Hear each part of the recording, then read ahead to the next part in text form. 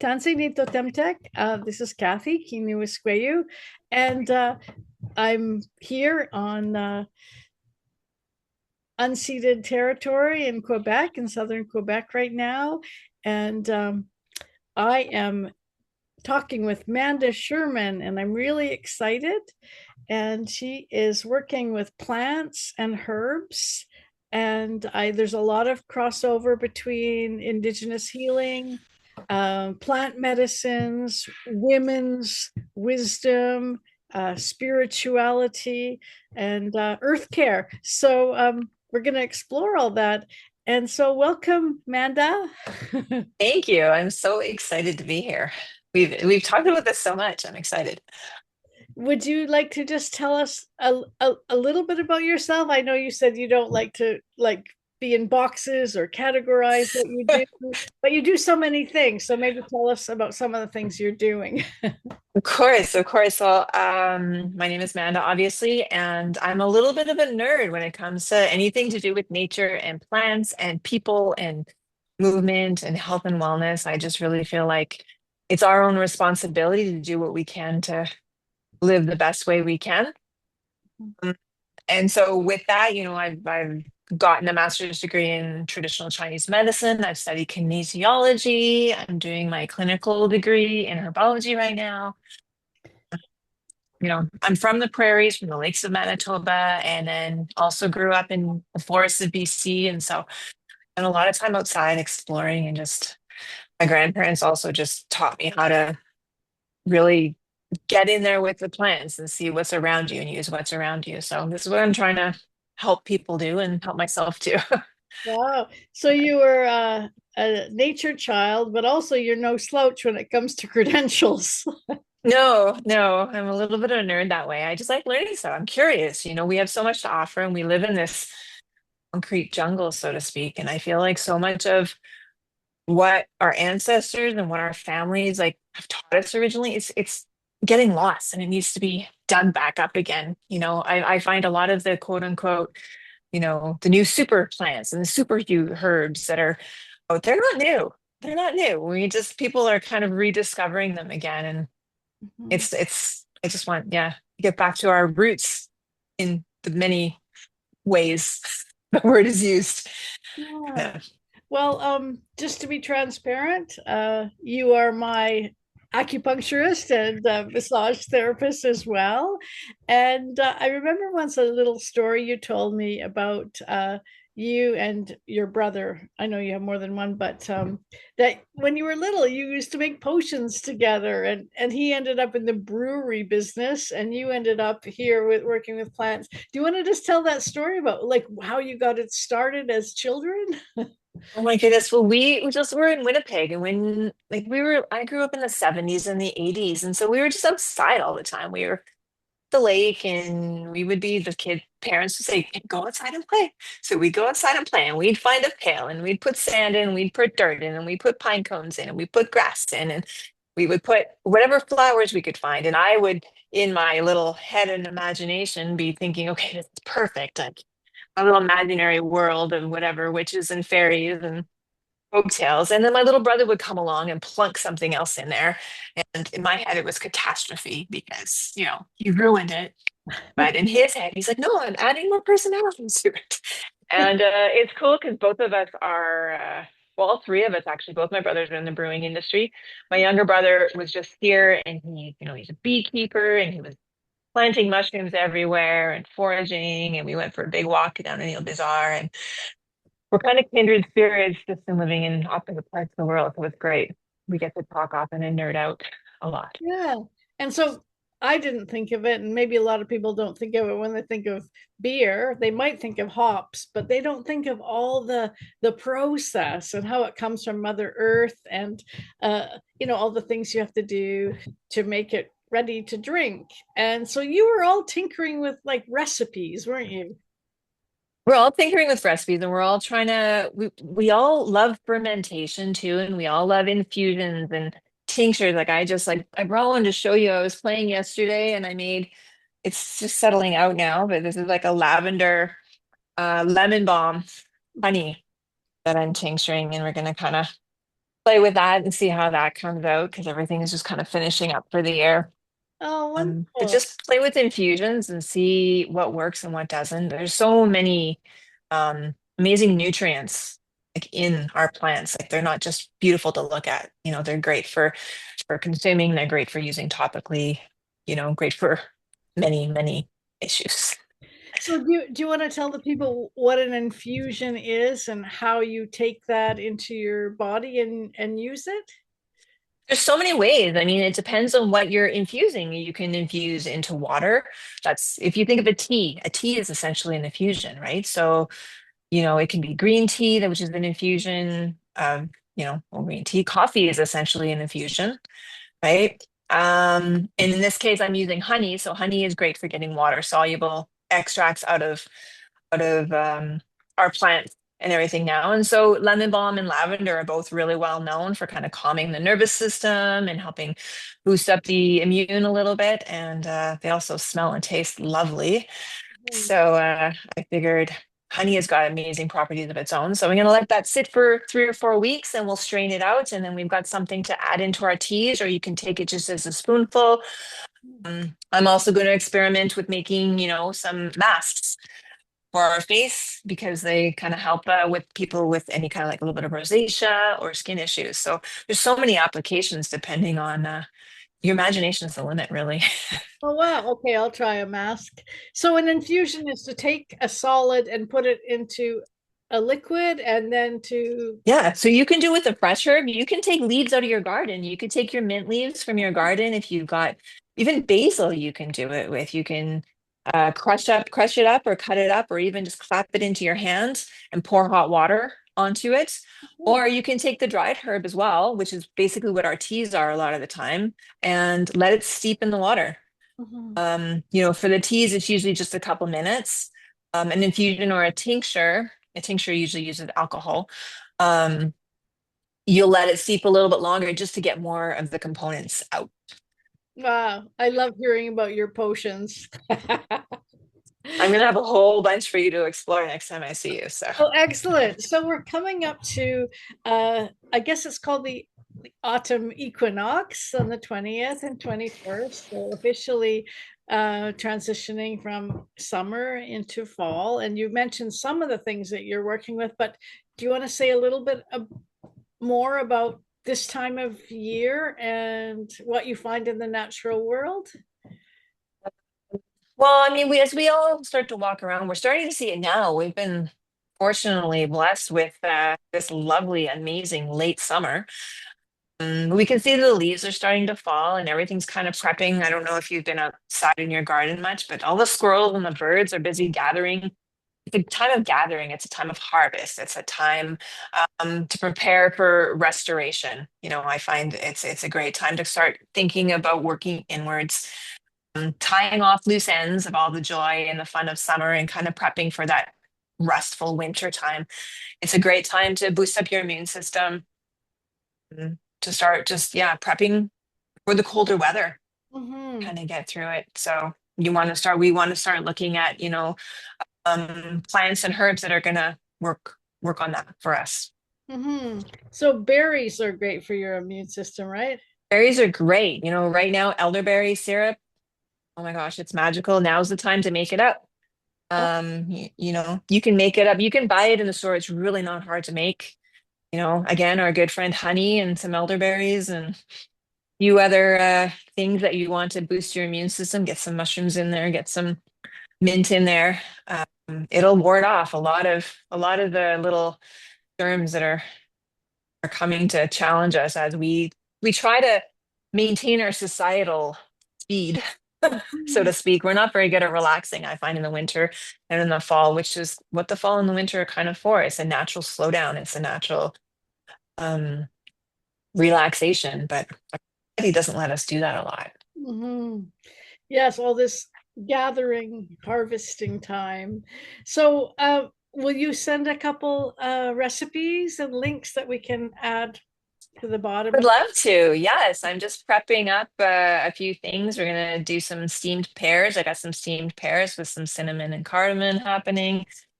And Well, happily, I can send you. Do you want some stuff for the skin as well, or do you want mostly food stuff? We can definitely, Oh, maybe whatever you think you're interested in. a bit of both. So this morning I made blueberry apple pie. Ooh, nice. It's apple season, right? Apples and pears, they're brilliant this time of year. Hmm. Yeah, Yeah. it's they're so good. Like apples are great. They've got the malic acid, which is very, they taste wonderful. But we often mix them with those nice warming herbs and the pears, and they're great for kind of clearing out some of the dampness of maybe some of the overindulgences that we had over the summer. All Maybe that get them. processed food. Yeah, exactly. So they're lovely for Um, all that. Now is the time, like for all the fruit. I just was out with my daughter. We were picking all our tomatoes and we made some little cucamelons and trying to get them before the squirrels get them up. oh, that's nice. And it's so great to think about the cycles of nature. I in the last winter I did a podcast and I talked about wassailing and I learned that our tradition here of singing Christmas carols and going around the neighborhood, it was actually linked to an old I guess English, but that part of the world tradition where people would go out and sing to the trees and say, "Will you please create a bountiful harvest for us?" And so now here we are at the other side of the cycle, taking in everything that Mother Nature offered. And I just love that notion that we are a part of this ongoing cycle of seasons and changes. And how do you think about that? I love the thought that like we're part of something bigger than us. Like I'm a Scottish heritage, so always a little bit careful how I'm speaking with it because it gets esoteric very quickly. But again, we're coming into Samhain and it's thinning of the veil coming up in October where, the distance between the living world and the world of the crossover is thinning. And it's where there's a lot of communication and a lot of like introspection and a lot of thinking about where we want to go. And I love that whole again, like I was saying, just the fact that we're part of something bigger. Our Mhm. society tends to have us thinking of me, myself, and I, and it's so much nicer to think that I remember when I was a child and during a storm and I would actually see people in the trees when I was a child. It was almost like I was little Gulliver's Travels, but there were the trees were people. And you go outside into the forest and you hear all sorts of things. If you sit and you're quiet, you hear noises that you don't hear when you're walking, gabbing, and talking. And I absolutely adore that. I love it. Mhm. Yeah, as Yeah, my I friend find said, a lot of peace in it. yeah, trees are people too. Yeah, more than we know. I sometimes wonder if they're more human than we are. Yeah. Or more humanistic, maybe Yeah, in terms of humane. offering. I don't know. Um, But they give, right? They take, but they give back so they much sure more. do. And without them, like they're the lungs of Mother Earth. If we didn't have, We would we would not be. nothing. We No. would not be here. No, we absolutely would not be here without them. Yeah. So I recently learned too that her like spices have protective qualities, and I'm just wondering what are a few of your favorite spices? Oh, spices are fun. I honestly probably would say cinnamon and ginger are two that come to the forefront of my mind. A, because they're very easy to get. But I love the fact that they're both warming. They both got a little bit of a kick to them, but they do different things. Like cinnamon, for example, again, it's going to boost your immune system. It's great for protection. It's very much a protection herb, but it's going to help warm the inside of your body. It's going to create circulation in your central core. But if you think about what it is, it's the bark of a tree. So it's protection. It's like giving you this big warm hug and it's going to warm your core. Then you think of ginger. Well, ginger's a root. So roots they're going out into like our hands, into our feet. It's going out to the far reaches of our body and it's helping with the circulation into our little capillaries and warming up all of that. And so it's also very grounding. Mhm. Um, I love both of those herbs. They're so versatile. They've got very different flavors, but I love the fact that one is good for the central core and the other one gets out into our hands and feet and they just got bazillions of uses. Yeah, it is when you say it like that, they both resemble the tree, the parts of the tree. Well, and there's Yeah. so much of the plants are like that. It's called the doctrine of signatures. And if you sit with the plant and kind of look at like what are you looking at? What does the plant look like? What if you had to think about what does it do? Chances are you're not going to be very far off.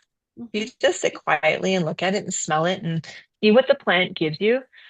I remember doing that exercise. I learned that exercise in school, and I'll be honest, I was a bit of a skeptic when I went.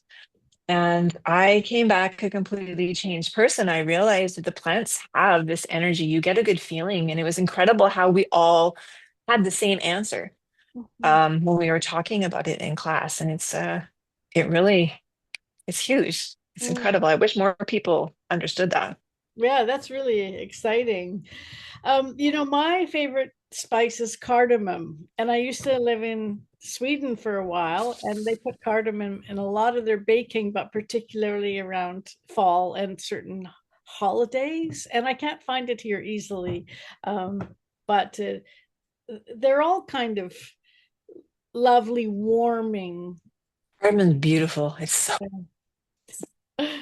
Yeah. you don't know that one as well. I definitely need to look into that one a little bit because there's a couple different kinds of it too. Mm. There's a black and a green. We'll have to find you some. Yeah. We can experiment and play.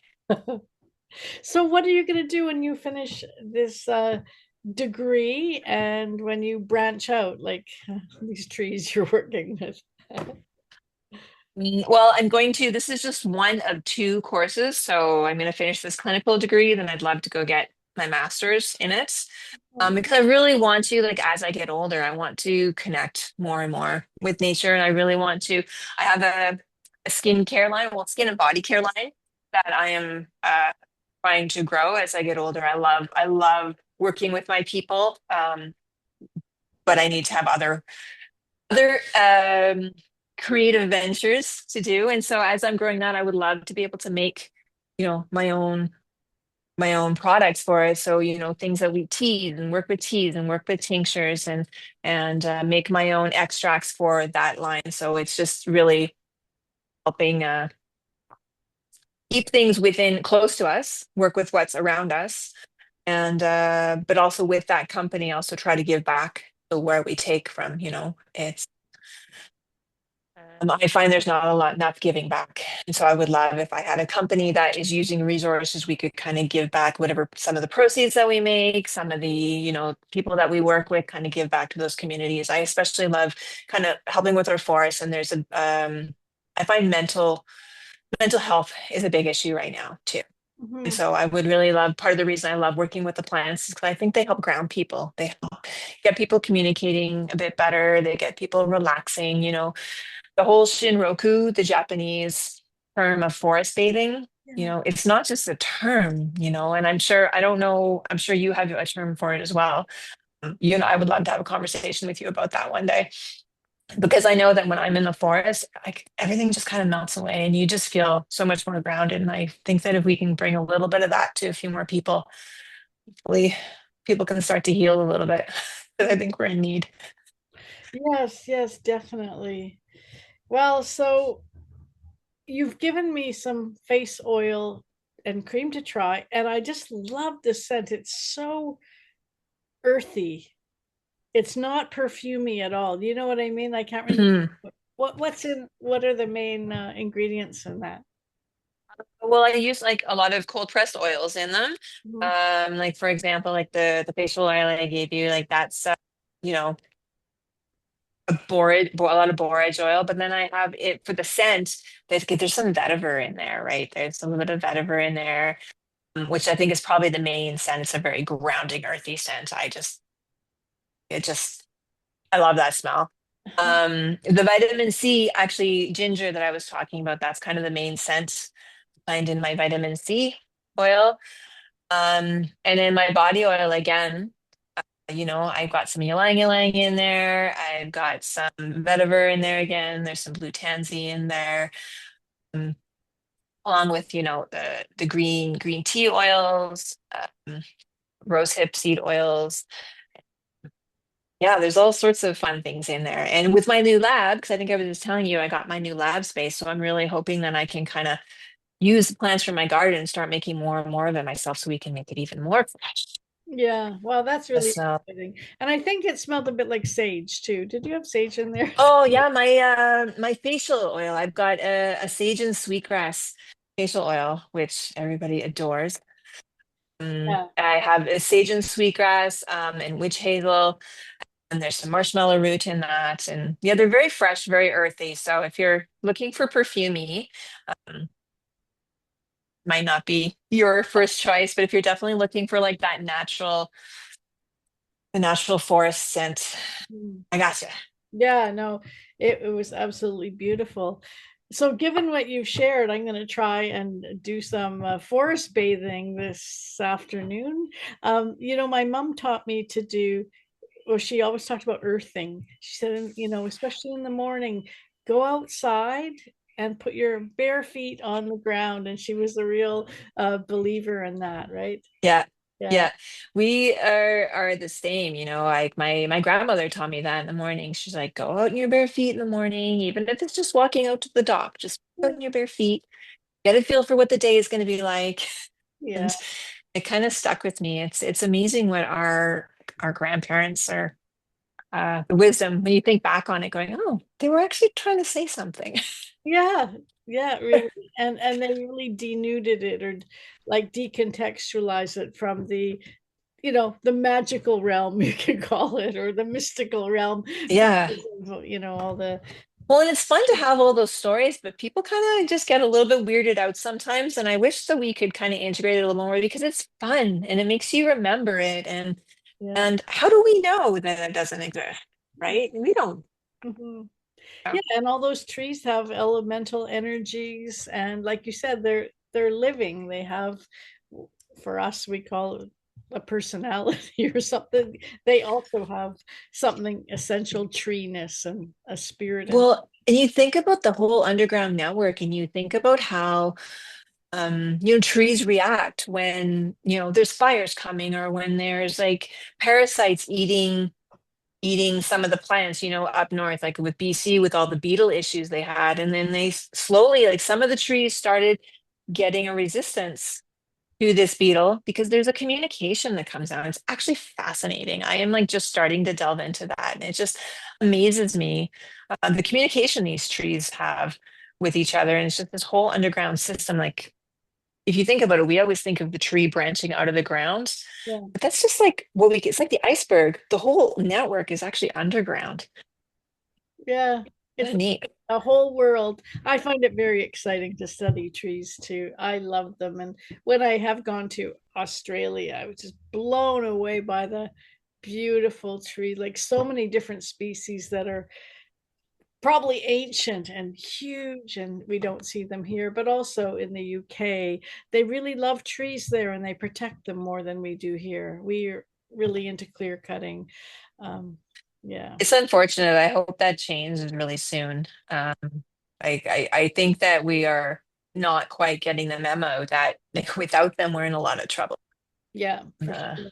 I'm always trying, but I know that my brother lives in Australia, and he and I always nerd out because I'll talk to him about a herb I'm using here, and we'll try to figure out what the complementary herb would be for him in Australia. We'd be like, okay, what herbs do you have there that you could use for this formula? And kind of fun. We like try to make the similar formula with similar effects with like the local herbs and plants. Hmm. Yeah. Yeah, what a nice communication. So if we enter into cold season, or like, people going back to work and school are kind of stressed and their immune system might be a little bit run down, what's one tea that they could make easily that you could recommend or guide us through here? That's a good question. There's so many. Some of it depends on your tastes, but I mean, really, really simple would be honestly like get a little bit of echinacea, a little bit of peppermint, a Mhm. little bit of chamomile, and toss in a little bit of honey into that. That sounds beautiful. And of course, if you've got any of the mushrooms around, you can add a little bit of, any kind of reishi, any kind of chaga. Uh-huh. You can pre-brew that and warm that up and put that in, and it's a wonderful immune booster. I'd be happy to send you a couple little tea ideas. Another thing that's great that you can start right now, it'll be ready for kind of mid-October, would be a fire cider. Okay. And fire cider is it's just apple cider vinegar. And you take, the herbs that you and I were talking about. You take the cardamom, you take the cinnamon, you take the ginger, you take, some horseradish, and you let it sit in the apple cider vinegar for a few weeks, and then you can strain it out, and then you mix it with a teaspoon of honey and add hot water, and it'll last you all winter. It's lovely to drink. But it really does help to boost up the immune system. And you really, honestly, it's kind of like kitchen sink cider. You can throw in whatever strikes your fancy. Oh, that sounds exciting, and I have those ingredients, so maybe I'll try it. Yeah, and throw in some lemon peels too. Oh, okay, Forgot that to sounds mention that. brilliant. Okay, well, why don't we meet again in a couple months and we'll be in a new season then and we can talk more about like, preparing for the Yule season and what Let's do that. I will love, and I will. Now that we've had this first one, I'll have a few more things ready for you, and we'll definitely send them your way in advance. Oh, I really appreciate you taking the time to chat with me. I'm so excited we finally got to do this. Thank you. me too. And even just by thinking about these substances, I even feel like more connected and excited and I'm gonna go outside later and look around and see what's in my yard. Yeah. Let me know. Let me know what you find too. Like I think a lot of it, I think people get scared and they don't know. And obviously, you need to be very careful what you're ingesting without knowing. Yeah. But I mean, go explore, like take a picture, see what you're looking at, learn the plants that are around you, see what's around you. It's really neat to walk in the forest. And, you know, so many of the forests, if there's like for example, a poisonous plant around, there's going to be a remedy for it close by as well. Yeah. And I think it behooves us to learn these things. I wish we all do them a little bit better. They weren't so scary for people. I feel like a lot of people are scared and sad. Yeah, yeah. Well, thank you so much, Amanda. I'm Thank you. I glad hope you have a wonderful forest walk. thank you. I really enjoy the day. So, yeah, we'll see you again here in a couple months. And Thank you so much, Kathy. I really appreciate it. uh, Have a wonderful one. okay. Thanks everybody for listening. And I hope you got a favorite idea or herb or spice or plant that you're going to work with, or just that it helped you think of a particular tree that you love. Take care. Thank you.